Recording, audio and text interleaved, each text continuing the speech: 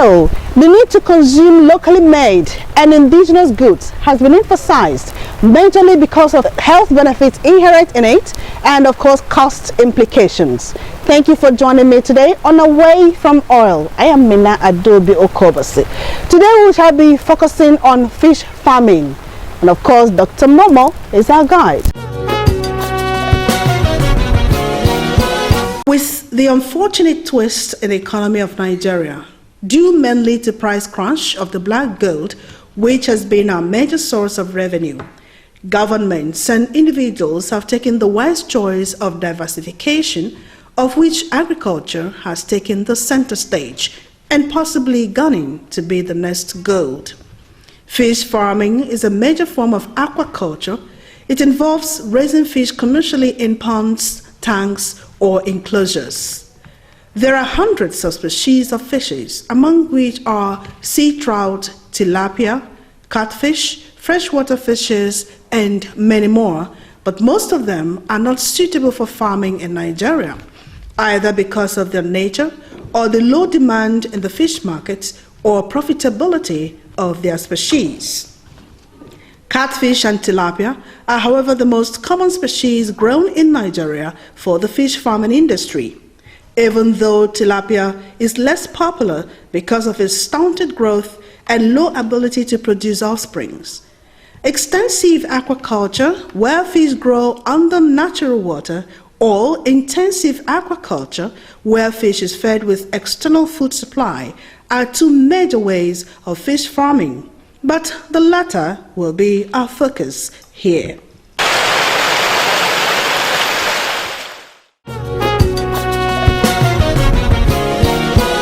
Nigeria now, our demand for fish is about 3.1 metric tons, out of which 60 to 70% of the fish that we are consuming in the country presently, we are still importing.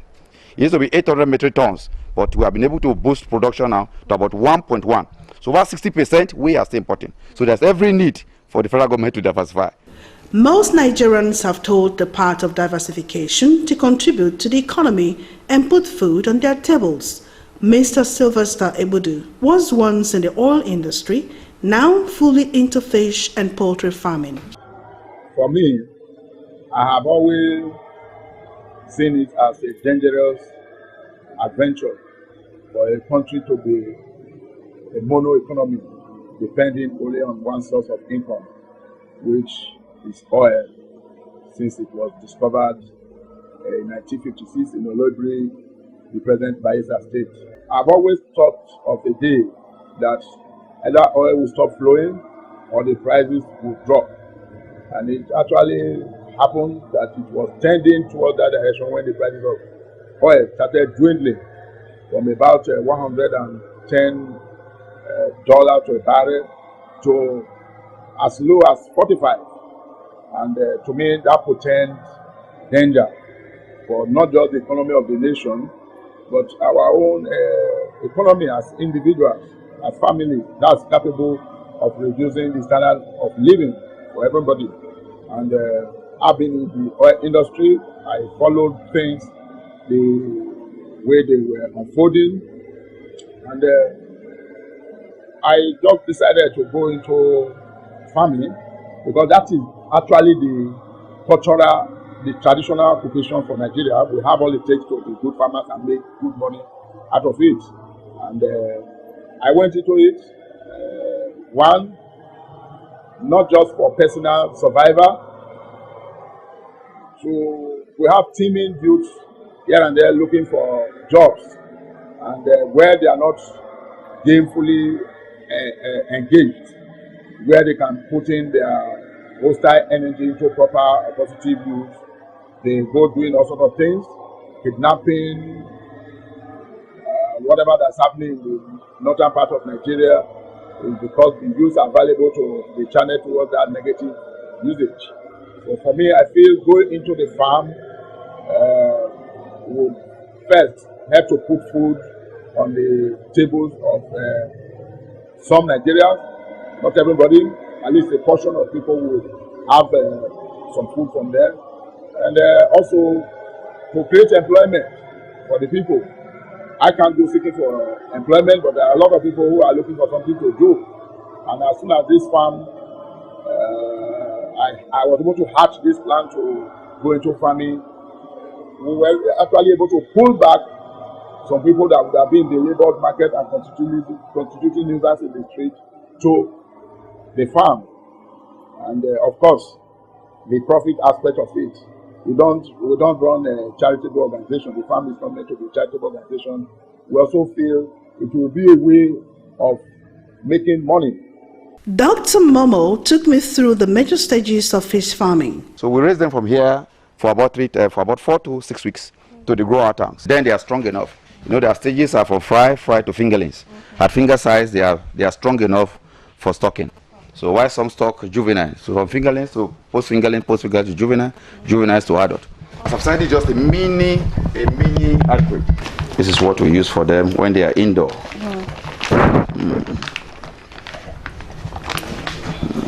It is very high. You can see it.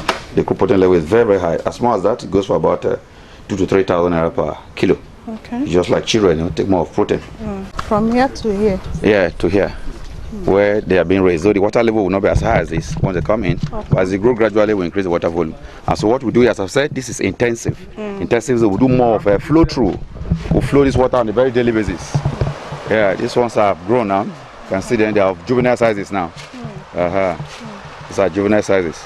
So each of these can take about 2,000 capacity, minimum. Okay. If not for 5, depending on the sizes. How long are they supposed to stay here? As I've said, we raise smoker size and table size. Table size are a kilo and above. But for smoker size, this farm want to go basically fully into smoker size. Because we're thinking of exports too. Very soon our dryer will be, our smoking king, which is the machine for processing, will be available. So with this, you can take about 5,000 to 6,000. This tank alone can take about that capacity. So here they will take between 2.5 months to 3 months for smoker size. But if it's a kilo and above, it takes about 4 months. Because of the nature of the fish. You know, as for many people do ask, why is it catfish in Nigeria? It's not like when you go to Ghana. It's opposite. It's more of tilapia in Ghana than here. But though we are still going to tilapia. But here is the catfish because of, you know, the fish. The parents stock carry up to 170,000 eggs. So they are very tasty and they grow very fast. And they're highly resistant to disease. These are some of the advantages why we go for production of this catfish. Okay, I see this production as a large scale production. Yeah, If there are younger ones who want to start from a little size, what would you advise that they do? Like, how much do they need to start with? Even as small as 50,000, you can start something. As matter of fact, this is a very big farm. And I've said, you can see the capacity we have here. But for some of the young ones we encourage, what we call the starter pack, we have the mobile tanks, collapsible tanks. You can move them, but these are stationary. With that, as tenants, as young ones, you can hire a land from somebody. You can set up the mobile tanks, even some coppers. Set it up and you can start your business as Okay, let's talk about feed for the fish, which is also one of the things that cause exactly over 60% of the cost of production is feed. Can it be locally made? Thank God, before now it has been foreign. But now, thank God, we still have our homemade feeds. And the feeds you are seeing, they are all produced here in this country. It can be produced here, but though the local materials, the ingredients, is something that's some of the challenge we have. Because, you know, we in the Niger Delta have this challenge. The whole of the Niger Delta can tell you there's no feed mill here. Bigger feed mills like Vita Feed you have, they are all either in the north or somewhere in the west. You know, we've not been appreciating we in the Niger Delta because of our activities. It's now that we can now see that apart from oil, we can do a lot in farming. We are blessed with that terrain. So this is 3mm. We have them in various sizes. Yes, of course. It's made of maize. It's made of soya beans. It's made of groundnut cake. The kulikuli, you know, is made of fish meal. More of fish meal. The protein content is very high. And you know, during the course of production, it's not like that of the birds because of the digestive tract of the bird has a gizzard. That's why they can swallow a whole grain of maize. It will grind it. These don't do that. So anything you are giving, they have to be ground in powdered form before they are now formed into various pellets. So as they just take it, the traceability is very high. Maybe in an hour or two, they've been converted. How is it economically to maintain a pond like this? That is why it's easier to maintain with this, you know. I remember before now, I mentioned something about the extensive. I talked about the intensive and the hyper-intensive. The hyper-intensive is water recirculative system. Water running through it 24 hours to stop it. We can't try that here because of the power. You know, in the country we can't even try it. Power. So, but this is about the best because here, major two challenges are source of water and where you evacuate your water, effluent management. We don't have that challenge here. So virtually all the water goes that way. So it's what we do on a daily basis. We have the borehole, but 2 boreholes here, water in and water out. It's about the cheapest. That's something about the catfish. You need to change your water regularly. So coming back to the economic part of it, of course, giving them like a kilo weight of feed. Once you change your water regularly, you can be having like 2 or 2 point something kilo. Okay. That's how beautiful it is. So water is play a lot of secrets. Okay. Let's talk about the other challenges. Okay. I think number 1 is feed. Okay. Feed is a major challenge. In short, we in the Niger Delta face. You can see people in the West and the North still enjoy fish farming better than we do here. Why? Because some of the prepared feed, they only buy from the starter feed. The compound, if you go to the West, people in the West, that's why I see most of the fishes we are still consuming in River State with the level of production we have still come from the West because there are feed mills everywhere. People get the raw materials to produce. So it's costing us about a bag we buy for between 6,500 to 7,000 per bag. With that, if we are producing it locally, it costs about 2,500, 3,000 maximum. You can see the rate different. So the feed is the major challenge. Okay. Then the other one is water. As I said, back to Niger Delta, as I said, because of the oil activities across the Niger Delta, our waters are polluted. Our water is not as pure as what they have there. Okay. They are slightly acidic. So that's why this farm to also have what we call the water kits. We time to time we check what the water pH is. Okay. Because we must know the best. It's not a matter of giving them water, but their best pH ranges thrive very well. See them growing very well. So we do all that check. It's a daily routine. Water, the feed, and maybe the cost of construction. That is another challenge. Here the waste, we all empty our waste in here. Some of 1 or 2 fishes, as they escape from the major tanks, they find their ways here. And feed them. Let's see how. Can you see how they looks like? This is beautiful. Just few months, few months, about 3 months old. See them? But they all have their advantage and disadvantages. As I've said, like anything you find here now, we cannot sort. Sorting is not as easy like what you do there. That's the beauty of it because their natures, they eat each other very well. They are not friendly. Yes, that's their nature. That's bad thing about them. So we do. That's why that is very intensive in the concrete. So time to time, on a weekly or bi-weekly, these are the activities they do here. So they send down the water to separate them into various sizes. That is their nature. A lion will always give birth to a lion. So, but the only way to have reasonable numbers, when you stock, example, you stock 10,000 to have reasonable number to the point of harvest, you have to sort. These are part of the secrets in fish farming. You must know that.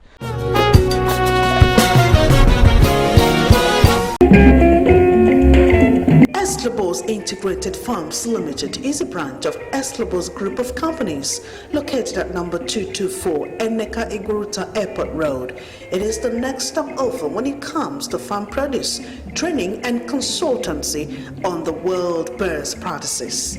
The poultry section prides itself of over 5,000 birds per pen and cage, with a total of about 6 pens and a harvest per day of 10,000 crates. The fishery section is second to none, with about 24 concrete ponds, with a capacity of 10,000 fishes for each, and we're in constant sales. Snail production of over 15,000 table sizes and a plantain plantation. Our farm market has the best processing unit and the mother of them all, the feed mill, with production capacity of over 40 tons per day. What else can we ask for? For bookings and inquiries, call the following numbers or visit our social media handles on your screen. Eslobos Integrated Farms Limited. We are proudly Nigeria.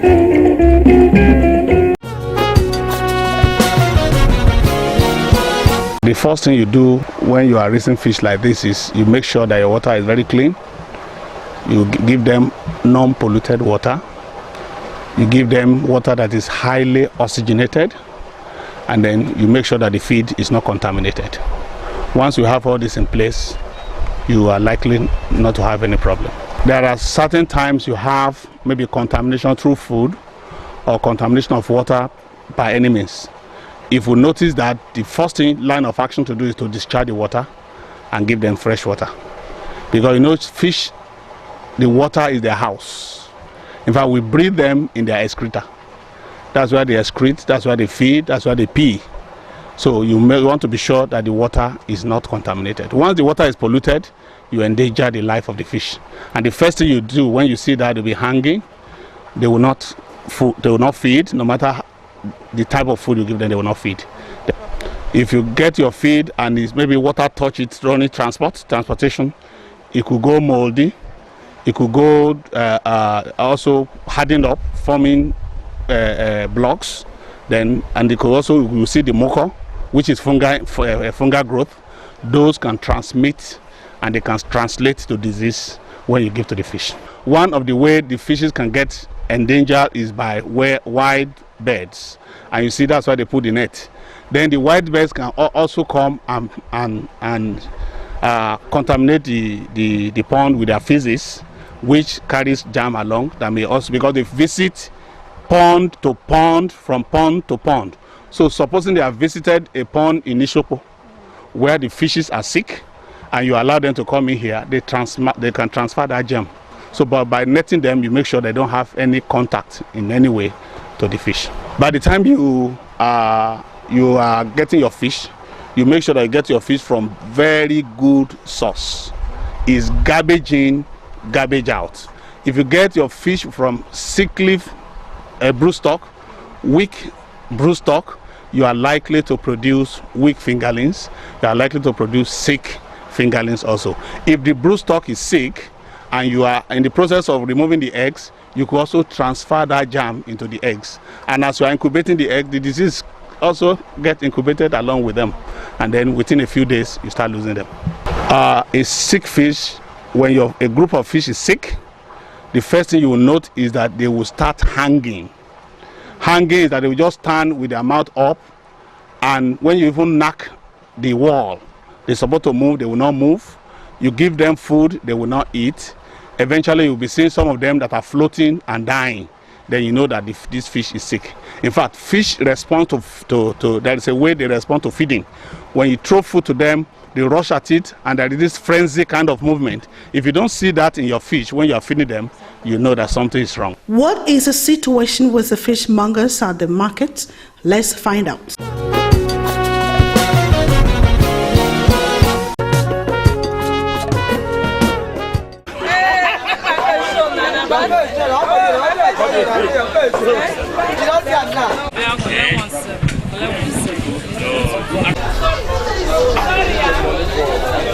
There's no markets. Everywhere is dry. You will see some people that, like before, they will buy, somebody will come and buy like 5 pieces. Then, now, it's not like that. Somebody will come and buy like 1 or 2. If you ask them, they will say they are managing themselves because there is no money, economic recession, all of that. I bought it high. And some people will not afford this size. They may go to the smaller one. How much is the smaller one? It was 500, now it's 700. Yes, you can see the difference. The difference is too high. So please, government to help us. It's going very well. Okay. How is the sales like? Do you have much customers? It was not like before. There are some changes in my business now, so I cannot meet up. Before you used to have much customers, but now there's not much customers in line. Things are very hard. So customers are complaining there's no money. There's no money. So they don't need to buy. If they want to buy, if they want to buy like 2, they'll just buy 1. Some even complain, some even take credit because of there's no money. So even most of my customers, the one they owe me, they have not bring my money back to me. So I don't know what is happening. So where do you buy your fish? I buy in so many places like Rumokuta. I buy Rumokuta. Sometimes I go to Elele, many places. I like it because the terrain we are from, we are used to this kind of fish. And sometimes you don't need to depend only on meat. Sometimes you just need to blend, get varieties of different things. Like this one now is very good for pepper soup rice, and a whole lot. So how is the price like?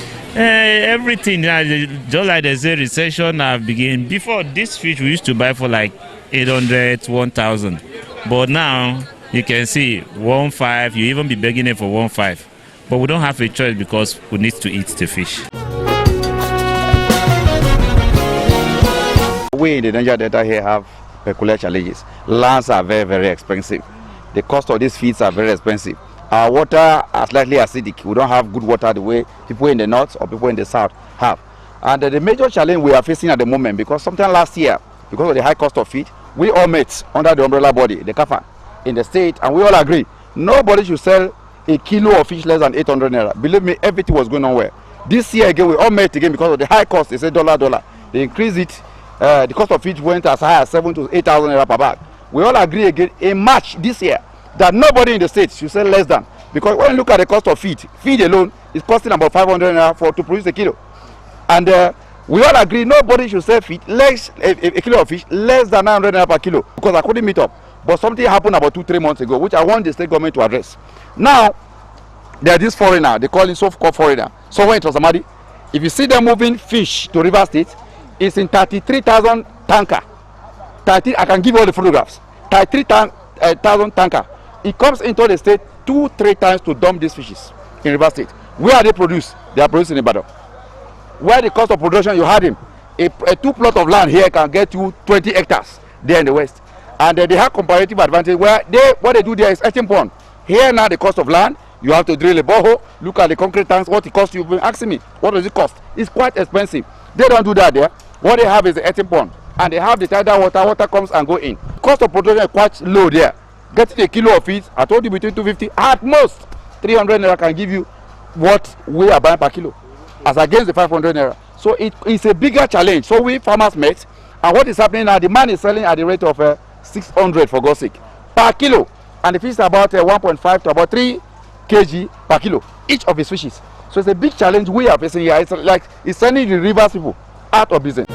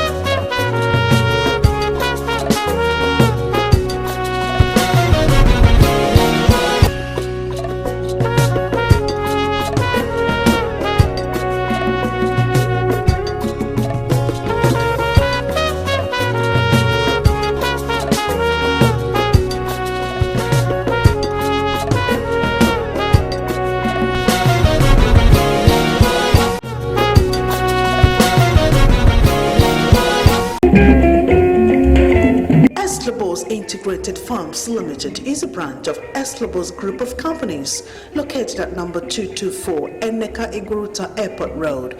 It is the next stop over when it comes to farm produce, training and consultancy on the world best practices. The poultry section prides itself of over 5,000 birds per pen and cage, with a total of about 6 pens and a harvest per day of 10,000 crates. The fishery section is second to none, with about 24 concrete ponds, with a capacity of 10,000 fishes for each, and we are in constant sales. Snail production of over 15,000 table sizes and a plantain plantation. Our farm market has the best processing unit and the mother of them all, the feed mill, with production capacity of over 40 tons per day. What else can we ask for? For bookings and inquiries, call the following numbers or visit our social media handles on your screen. Eslobos Integrated Farms Limited. We are proudly Nigeria.